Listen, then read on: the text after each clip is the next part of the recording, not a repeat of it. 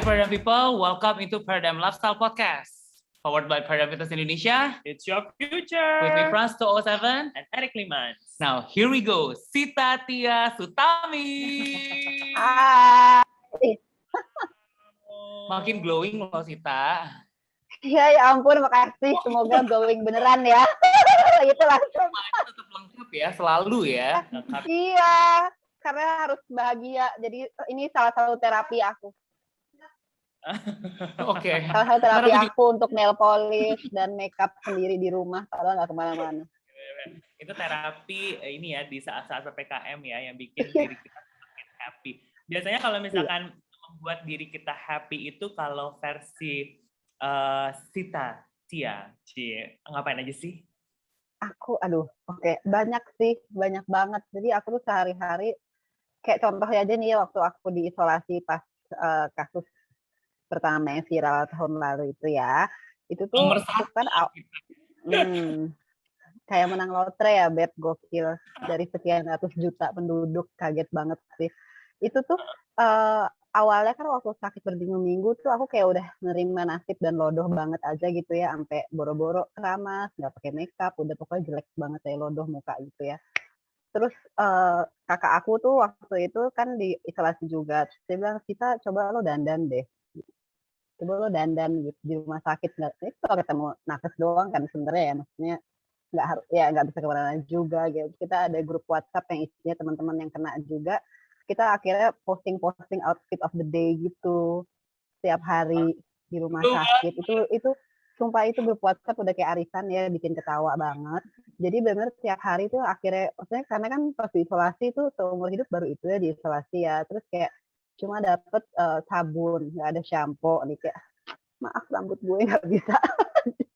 Jadi aku tuh kayak bingung gitu, keramas gimana gitu kan. Terus teman-teman tuh ngirimin beauty product segala macam, terus tentunya kan aku juga bawa makeup dan laptop di tas kan.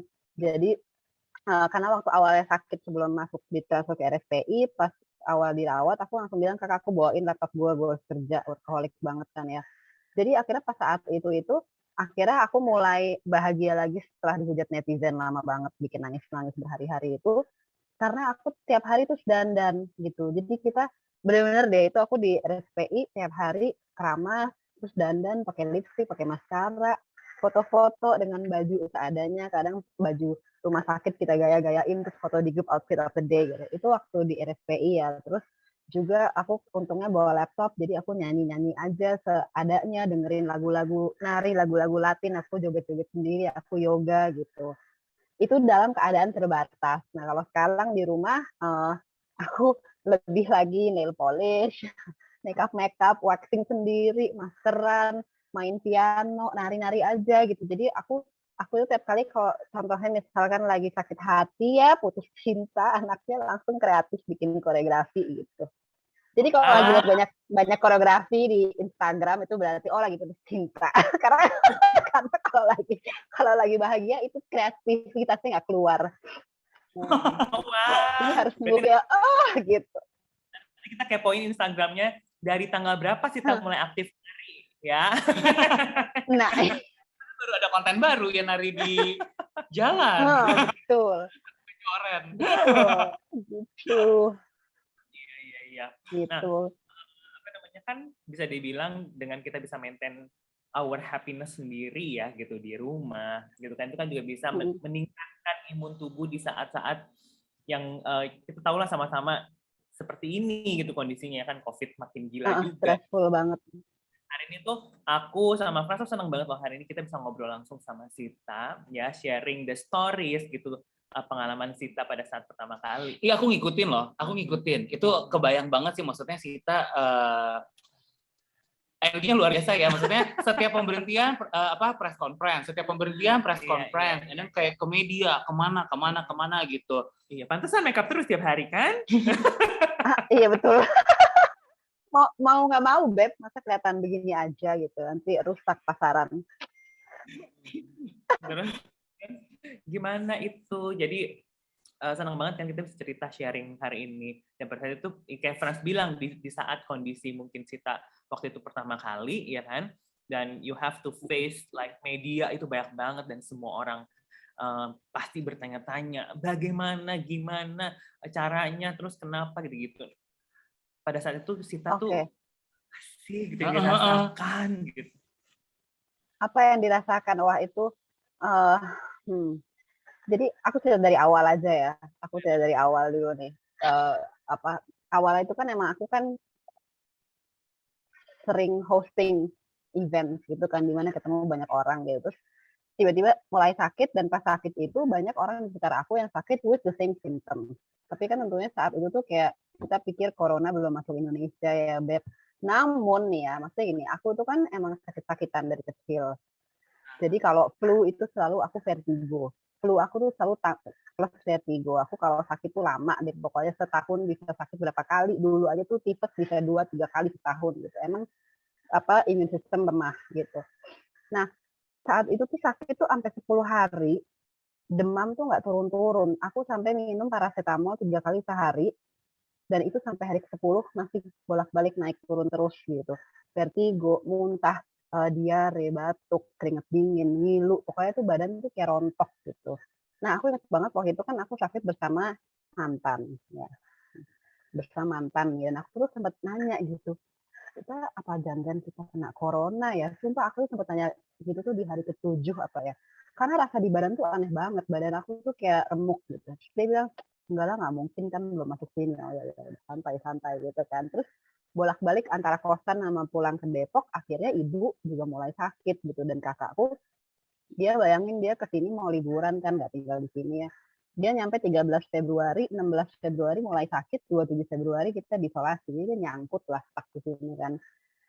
Nah, pas di rumah sakit itu didiagnosa bronkopneumonia dan ibu tifus, kita langsung dirawat kan.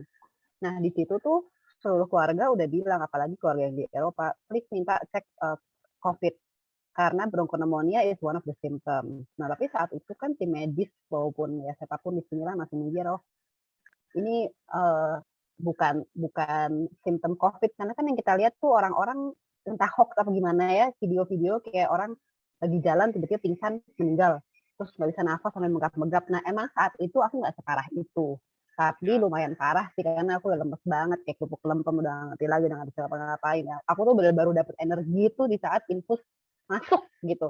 Infus masuk, semua demam turun, semua simptom hilang kecuali batuk kering yang nggak berhenti-berhenti selama 2 bulan ada kali itu.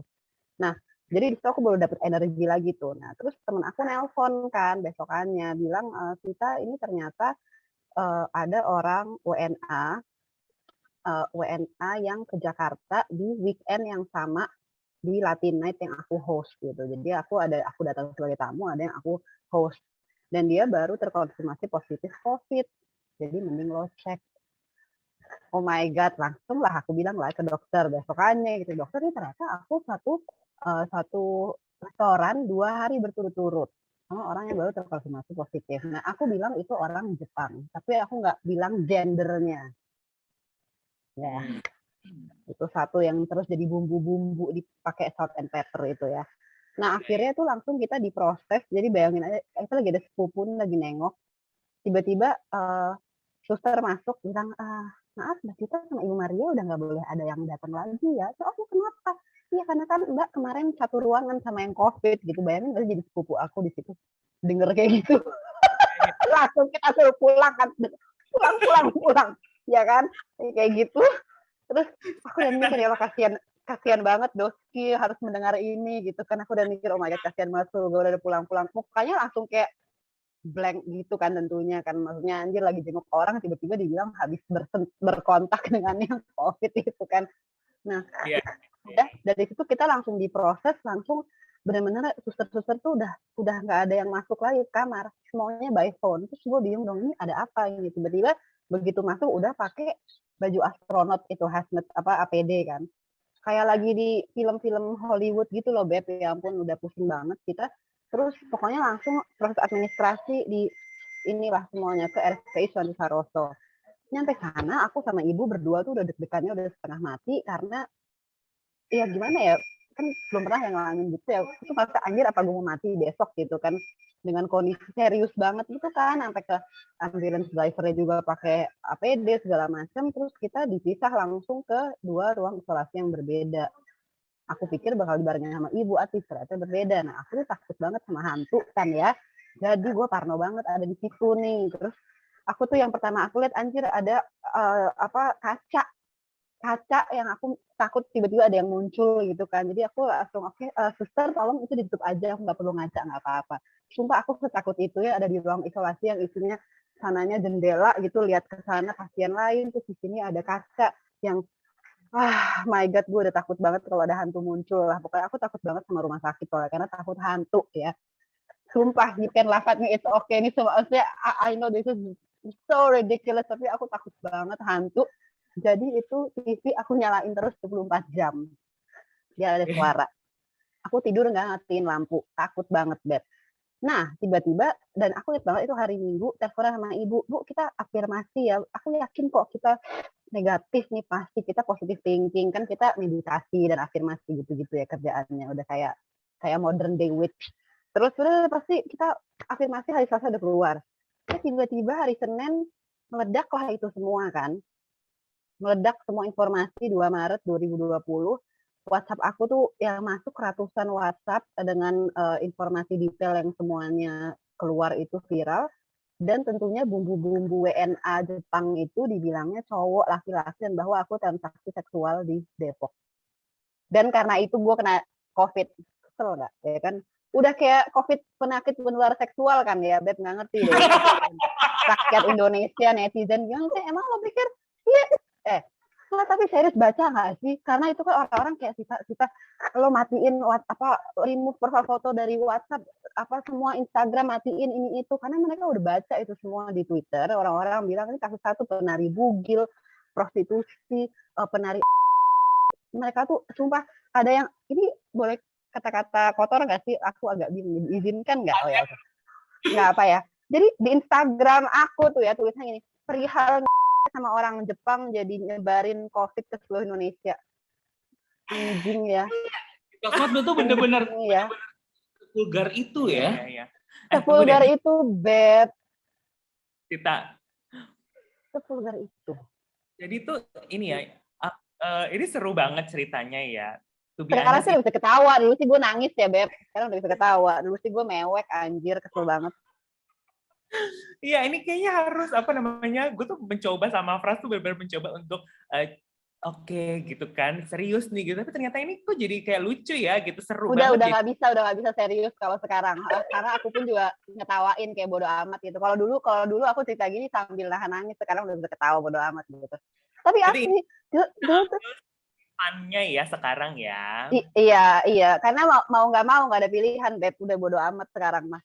Iya, asli itu kayak gitu loh. Mereka tuh benar-benar tiba-tiba publik dan media bilangnya WNA Jepang itu adalah laki-laki dan bahwa aku sama ibu adalah penari sewaan yang biasa meladeni laki-laki WNA dan karena itu kena virus. Ya kan, netizen Indonesia kan pinter banget tuh soalnya ya. Jadi bumbu-bumbu itu tuh ya kan. Itu kacau banget.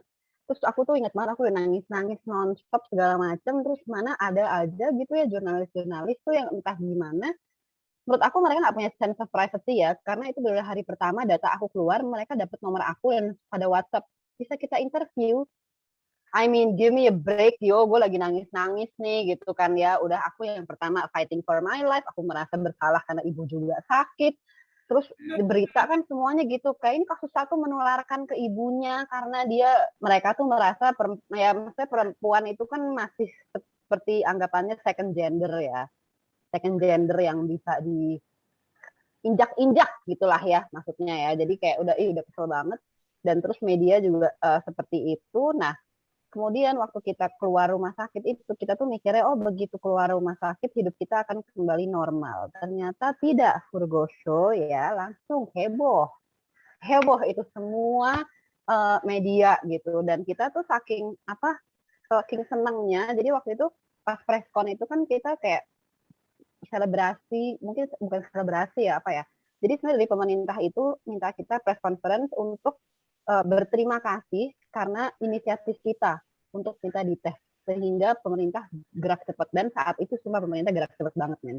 Benar mereka gercep banget, mereka ya ampun, aku tuh sampai di video call sama Dinkes untuk ngecek setiap hari, terus diminta semua data orang-orang yang berhubungan bertemu 2 minggu ke belakang, semuanya dicek, pokoknya luar biasa. Karena ya masih belum ramai yang di rumah sakit lah ya. Nah, jadi pas di press conference itu, terima kasih karena kita inisiatif dan untuk positive hope lah ya untuk rakyat Indonesia bahwa ini mereka sembuh, jadi kita bisa juga gitu. Nah, cuman kan tentunya dari situ keluar lagi bumbu-bumbu ya gitu, karena Ibu karena nasionalisme banget pas dibilang kita mau preskon langsung bilang kita Ratri siapin kebaya, kita harus terima kasih ke Ibu Pertiwi, siapin kebaya yang harus cantik untuk Nusantara, untuk Indonesia gitu. Jadilah kita langsung siapin kebaya, padahal saat itu Ibu masih di rumah sakit belum keluar, baru aku sama kakakku. Nah jadi dan pas banget itu paginya Ibu udah boleh keluar, terus kita sorenya preskon, jadilah dengan kebaya. Nah setelah preskon itu hujatannya lebih parah lagi, Erik dan Frans, ya Allah, tahu nggak sih aku tuh sampai jantungan, sumpah, karena itu tuh benar-benar itu kan Senin preskon, Selasa aku bangun tuh udah ratusan komen hate speech di Instagram, aku sampai megap-megap sampai nangis-nangis sampai nggak bisa nafas, karena mereka benar-benar kayak gini, oh ini pasti aktris corona dibayar berapa miliar sama Jokowi buat pura-pura sakit, terus ada yang gini, kok sempet-sempetnya ya dandan gitu.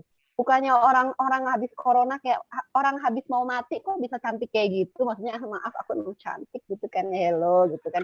Nggak penting banget men, lo ngerti nggak? Gue tuh kadang kayak gue pikiran, maksudnya aku kan udah keluar rumah sakit 2 atau 3 hari tuh ya waktu itu. Iya, aku keluar 13, preskon 16 ya kalau nggak salah. Ya kali tuh gue mau dok pinjem baju rumah sakit lagi biar gue lodoh gitu di preskon, ya nggak mungkin dong ya pas dandan dong mau ketemu menteri ya kan kita ada budaya itu juga ya, itu gitu semua kayak ini nggak mungkin kayak habis traveling kok bisa gitu, padahal mereka nggak tahu aja gue di situ cakep tapi di luar kamera megap-megap karena nafasnya belum balik gitu, dan ibu pun juga gitu kan. Dan dari situ tuh wah gokil, itu orang-orang berantem di page aku antara supporter oposisi karena akhirnya jadi dibawa against pemerintah tentunya, sama supporter aku. Jadi itu kayak apa tuh sebutannya kadrun sama cebong ya. Udah, lo cebong, lo kadrun, lo cebong, udah gitu aja terus di Instagram gue. Nah dari situ media terus-terusan kita sehari bisa interview 2-3 kali. Nah dari itu, itu tuh bedanya ya. Jadi saat itu setiap kali kita habis di interview, habis itu stres dan lapar sakit kepala. Karena tiap kali kan pertanyaannya sama nih, gimana rasanya ini itu. Nah karena itu masih deket banget sama kejadiannya, jadi emosinya tuh kena terus kan. Jadi akhirnya setelah 2 minggu nonstop interview itu aku tiba-tiba satu hari teriak-teriak, nangis-nangis nggak berhenti berjam-jam. Jadi tiba-tiba mental breakdown karena baru berasa gitu semua stresnya. Nah gitu, jadi orang selalu nanya, oh kita kok bisa melalui hebat ini itu. Aduh, kagak tahu aja lah. Aku mental breakdown itu berkali-kali, sumpah gitu. Itu bener gini terus gitu. Karena tiap kali ada momentum yang berhubungan dengan COVID, orang nyerang lagi. Pas September PSBB lagi tuh, setelah new normal PSBB lagi, itu orang nyerang lagi di Twitter, di Instagram, di Facebook. Aku tuh sampai orang-orang dapat nomor aku dan video call ngancem-ngancem. Banyak banget. Ada yang bilang kayak, oh kita udah tahu rumah lo. Sekarang kan alamat aku kan terpampang nyata, ya kan, di TV, di WhatsApp grup, gokil terpampang nyata sampai ke nomor rumah, sampai ke plat nomor mobil gue yang nggak di blur tuh di TV. Dan aku lihat itu pas lagi di RSPI loh, bayangin tiba-tiba lah aku lagi kayak dengan infus kayak rumah gue dengan mobil dan plat nomor gitu, bayangin aja ya kan. Jadi orang-orang tuh kayak, oh kita tahu di mana rumah lo, kita bakal pastikan lo mati, kita bakal suntikin virus ke lo biar lo mati, kita bakal lemparin tai kuda, segala macam deh. Itu sampai di WhatsApp. Mereka tuh dapat WhatsApp aku dan kayak gitu. Jadi so I was really living under stress banget gitu. Nah kemarin pas Desember nih lagi kan naik tuh kan karena Natal dan Tahun Baru. Hujatan mulai lagi. Pas 1 tahun corona, gue lagi yang disalahin tentu. Ini sekarang nih nggak mulai lagi karena PPKM kan, jadi orang-orang marah lagi ke aku karena PPKM gitu. Kok marahnya ke Anda? Panjang ya ceritanya. Iya asli karena PPKM, jadi kayak ini ini salah trio pelacur ini nih gitu. Sampai kita PPKM harusnya kalian membiayai seluruh rakyat Indonesia ya. Gue aja juga struggling ya, seniman juga nih, maaf nih Beb. Kesel banget, maaf sambil ngopi ya. Nggak apa-apa.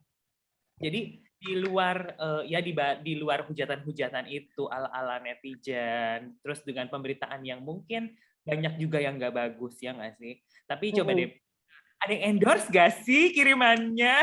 Oh. ya emang enggak. Ini emang pada akhirnya kita melihat ini sebagai blessing in disguise, karena maksudnya gini, dulu kan aku sebelum COVID itu hubungan kita misalkan sama Kementerian Pendidikan dan Kebudayaan gitu, orang-orang kebudayaan, karena itu yang berhubungan dengan kerjaan ya.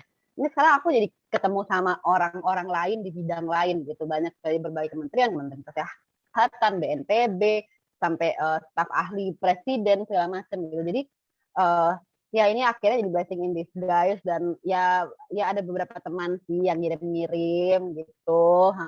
Terima kasih. Terus iya maksudnya kan kita juga suka diminta jadi pembicara untuk kementerian, untuk BNPB atau private companies gitu-gitu. Aku sih senang. Maksudnya ya akhirnya at the end of the day we have to see the positive, right? Jadi ya udah. Meskipun emotionally begini mulu nih, tapi udah kayak wave banget nih, naik turun gitu. Iya, itu kebayang sih. Ya kan, dimana kayak sorotan semua warga Indonesia bisa dibilang ya nggak sih? Iya, gokil sih, dan hebat sih. Kita kasih tepuk tangan dulu untuk Sita dan keluarga. Tepuk tanganin diri sendiri boleh ya? Aku salutnya tuh karena gini loh, justru dengan adanya podcast ini tuh aku bener-bener really thank you buat Sita gitu, karena Sita tuh kadang tuh kita nggak orang tuh nggak ngerti gitu kan, namanya press conference segala macem tuh kayak ngeluangin waktu, ngeluangin energi. Maksudnya you really our guide gitu. Yeah. Sita tuh bener-bener guide us gitu, kayak maksudnya lo tuh stepnya tuh ngapain aja, ntar lo kalau misalnya lagi ada kayak pemulihan tuh ngapain aja, stepnya gini-gini segala macem gitu. Maksudnya ya, dan di sisi lainnya adalah sabar banget sih, maksudnya aku juga ngikutin juga beritanya Sita gitu, baca di Twitter juga segala macam, kayak wow. Gokil ya hujatannya ya. Gitu, dan justru di sini tuh bisa dibilang karena Sita juga mungkin punya pengalaman yang jadi orang pertama ya nggak sih, terus menjadi sorotan juga. Bahkan recover-nya tuh bisa dibilang tuh it's not just a physical recover juga, tapi lu tuh enggak, gokil. Biasa loh. Sampai sekarang masih suka glitch gitu mentalnya. Karena emang hujatannya nggak berhenti, gokil. Sampai sekarang. Hari ini aja masih ada. Ada tuh yang niat banget ya di Instagram, tiap kali followers aku dan aku report, dia bikin baru lagi, pokoknya untuk menghujat kita bertiga. Terus kadang, ya ampun, dan ini tuh kan kayak penting banget. Jadi kayak kemarin Rizik pulang kan, apa nggak boleh pulang apa gimana, aduh gue ngikutin dah, itu nggak penting ya. Anyway, ini gara-gara kalian nih Rizik di penjara, gara-gara kalian Rizik nggak boleh pulang, aduh apa hubungannya. Terus tiba-tiba ada berita sejarah soal G30 SPKI. Kayak maaf, itu tahun 65, Beb, lo punya otak nggak sih gitu ya, sebel gue. Dia hubungin lagi ke kita sekeluarga gitu. Ini pasti G30 SPKI ini dalangnya adalah Sita dan keluarga gitu. Tahun 65 nyokap gue aja masih 11 tahun, lo pikir ya, kecuali gue immortal gitu ya, hey. Nggak ngerti, otaknya mungkin didengkul, gue nggak ngerti gitu. Terus dia bilang, ini komplotannya Ahok dan Bill Gates. Di tag Bill Gates-nya, jangan sedih. Jangan ngerti lagi nih orang, aneh banget, sumpah. Sumpah nge-tag Bill Gates, aku balas aja, wow, makasih, semoga aku ketemu Bill Gates beneran gitu. Udah akhirnya aku bercandain gitu, ini dasar lonte gitu, keras terus kan, lontenya capital letters di semua video aku. Terus aku screenshot aja, aku IG story gitu, oh maksudnya lontong sate ya, gue gituin aja udah gitu. Bener. Karena kalau kita ngomongin tentang netizen, kita ngomongin komentar orang-orang juga nggak akan ada habisnya sih, ya nggak sih? Nggak ada, men. Mereka kreatif banget untuk hal yang nggak penting sih, gue bingung. Justru hal yang penting dan hal yang edukatif lah yang susah mereka absorb, Tapi hal-hal kayak begini yang jago banget gitu. Itu sayang Asli. sih. Iya, asli nggak ngerti lagi.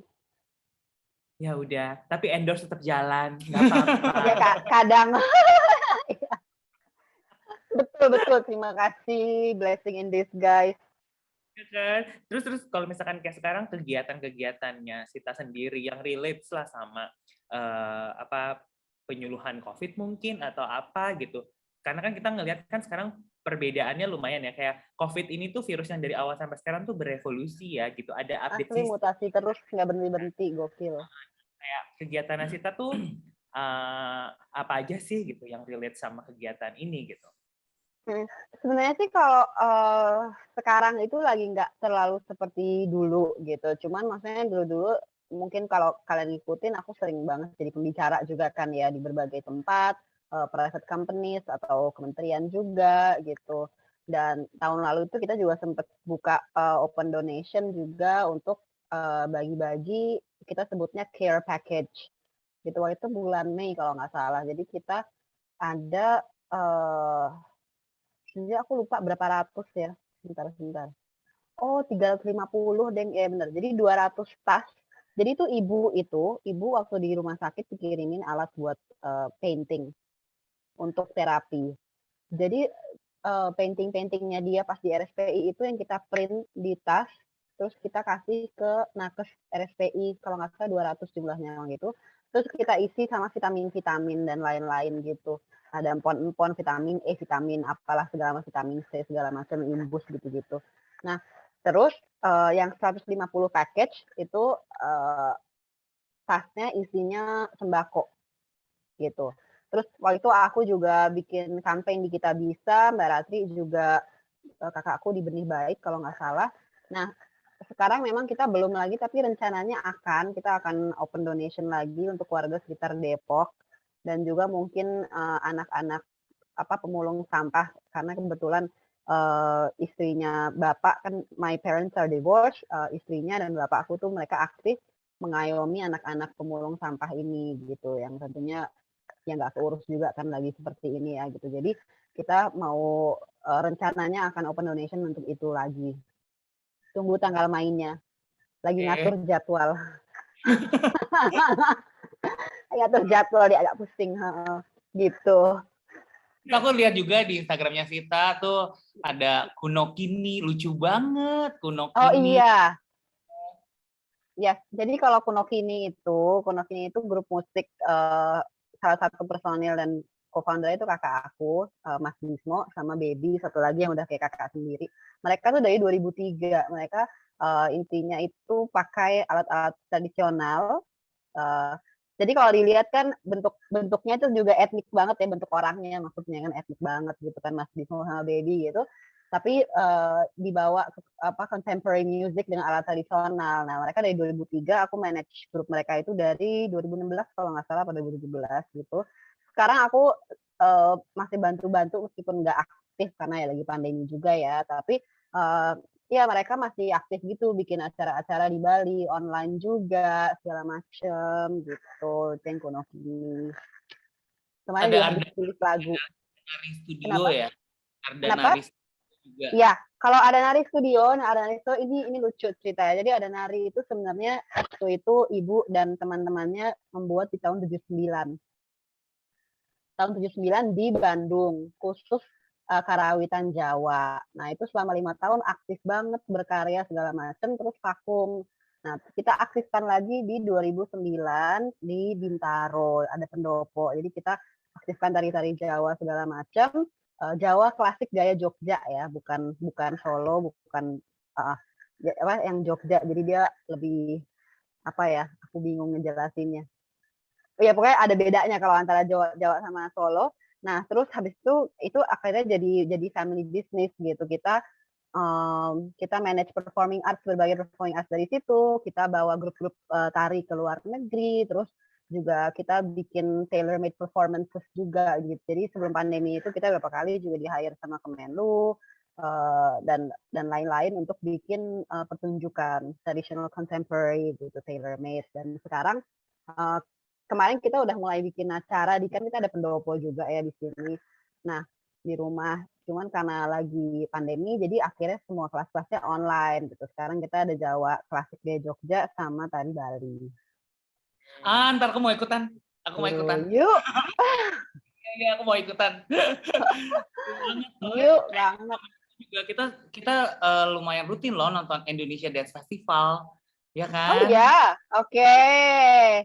Buat Iya untuk itu Indonesian Dance Festival itu one of the oldest international contemporary dance festivals di Southeast Asia. Kebetulan salah satu co-foundernya juga ibuku, Bu Marida Baningsih, sama beberapa tokoh-tokoh lainnya gitu. Jadi emang aku sama kakakku dari kecil tuh we were brought up within dance festival. Pokoknya semuanya kita hadiri sampai akhirnya beranjak dewasa kita mulai jadi intern dan akhirnya kita semua akhirnya kerja juga di situ gitu dengan staff lainnya.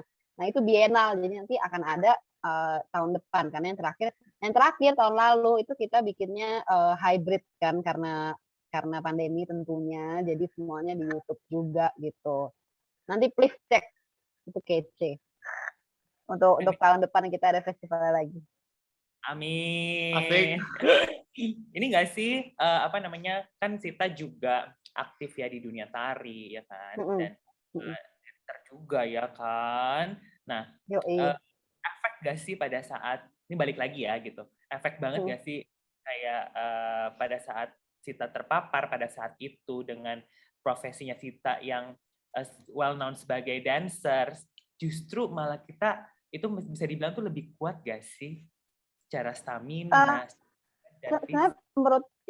Menurut aku in general orang-orang yang aktif secara workout atau nari mereka recovery-nya lebih cepat ya gitu.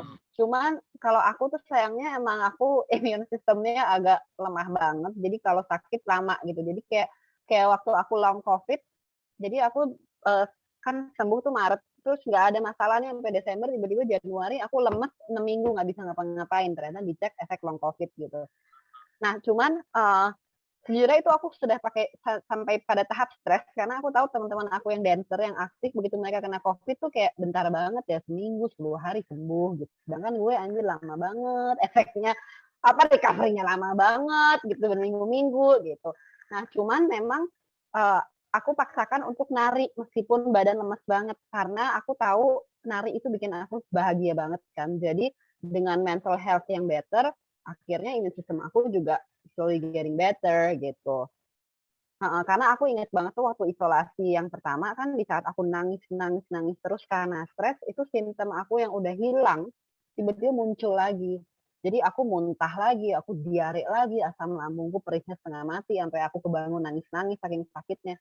Tapi begitu aku mulai dandan-dandan, aku nari-nari, aku coloring segala macam, baru pelan-pelan physical health-nya juga jadi bagus gitu. Dan nakesnya juga ingetin Mbak Sita, kan aku nangis mulu ya, Mbak Sita jangan nangis terus gitu. Kalau nangis immune system-nya makin turun lagi gitu. Jadi akhirnya I just pick myself up, harus bahagia baru bisa gitu. Jadi buat aku nari itu salah satu medianya. Wah ini sih harus banyak dengar banget nih Sita, thank you banget loh. Ini benar-benar senang banget ngobrol sama Sita langsung ya kan. Nah semoga ini Perdam berguna banget ya gitu. Nanti kita kita harus bikin ngobrol episode selanjutnya barengan sama Sita. Boleh. Kalau yang selanjutnya kan kalau yang sekarang kita ngomongin tentang COVID, pengalaman seru dan dibalik itu semua ya nggak sih? Terus next time kita akan ngobrol tentang apa? Tentang vaksin dan botox. Aku belum pernah botox jadi nggak tahu. Tentang suntik. Oh my god, oke. Aku akhirnya vaksin kemarin, seneng banget karena dari kemarin tuh nggak, aduh ya ampun. Akhirnya kenapa? Kok? Iya, aku baru vaksin tuh kemarin karena tuh tiap kali kan vaksin tuh baru ada Januari ya kalau nggak salah ya.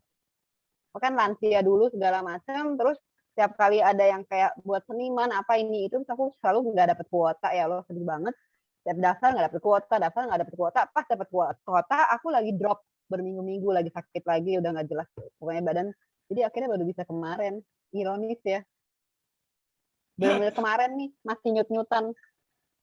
Wow, tapi puji Tuhan semua udah divaksin. Udah cantik begini, ya kan? Jadi ini adalah jadi happy tuh harus benar-benar coloring apa, nari. Kalau gitu besok kita langsung warnain kuku. Nggak, ini jadinya warnain kuku gimana coba jadinya?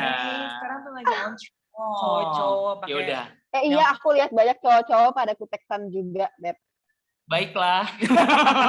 Jadi boleh ditiru biar bahagia. Ya udah, thank you banget Sita. Thank you banget. Thank you banget. Selanjutnya dan buat Paradigm People, thank you so much for watching and listening. Kalau misalnya tadi teman-teman ngerasa bahwa kayaknya pembicaraan ini akan berguna nih buat temennya mungkin yang lagi nanya-nanya apa segala macam, boleh banget di-share karena tahu nggak sih, this is micro things. Dengan kita share sesuatu, kita tuh bukan cuma kasih energi atau memotivasi loh. Kita bisa punya kesempatan untuk menyelamatkan kehidupan orang loh gitu. Nah jadi dengan kamu share terus kayak kalau misalnya mungkin mau nanya lagi di episode selanjutnya sama kita mau nanya apa, tulis di kolom komen bawah. Betul. Gitu. Atau mungkin mau salam sama Tante Mama Sita untuk Indonesian Dance Festival boleh banget. Taruh di kolom komen bawah, oke? Yang menghujat saya blok. Oh iya benar.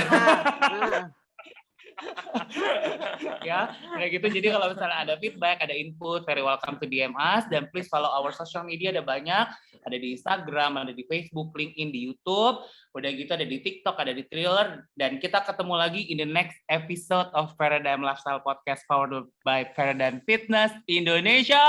It's your future. Thank you Sita. Thank you.